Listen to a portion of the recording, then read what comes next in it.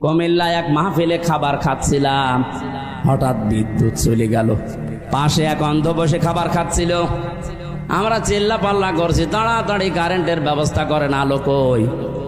হঠাৎ অন্ধ আমার হাত চেপে ধরে বলছে, হুজুর মাত্র 2 মিনিট কারেন্ট চলে গেছে, আপনি চিল্লাচ্ছেন।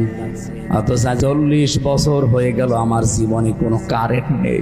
40টা বছর আমি চোখে দেখি না, কই আমি তো চিল্লালাম না। সেদিন একটা কনফারেন্স দেখছিলাম, সৌদিতে ছিলাম আমি, মদিনাতে। ওই সময় আমার চোখে পানি চলে এসেছে। আল্লাহ, ছোট্ট মাত্র 11 বছর বয়স, 2 চোখ নেই, পুরা কোরআন শরীফ আয়ত্ত করে ফেলেছে। সুন্দর করে তেলাওয়াত করছিল। হঠাৎ বিচারক ডাক দিয়ে বলছে, বাবা তোমার যে চোখ নেই, তোমার কি আল্লাহর প্রতি কোনো অভিযোগ আছে? ছেলেটা অতটুকু বয়সে, আমি তো মনে মনে করছিলাম না জানি কি বলে ফেলে আল্লাহর বিরুদ্ধে।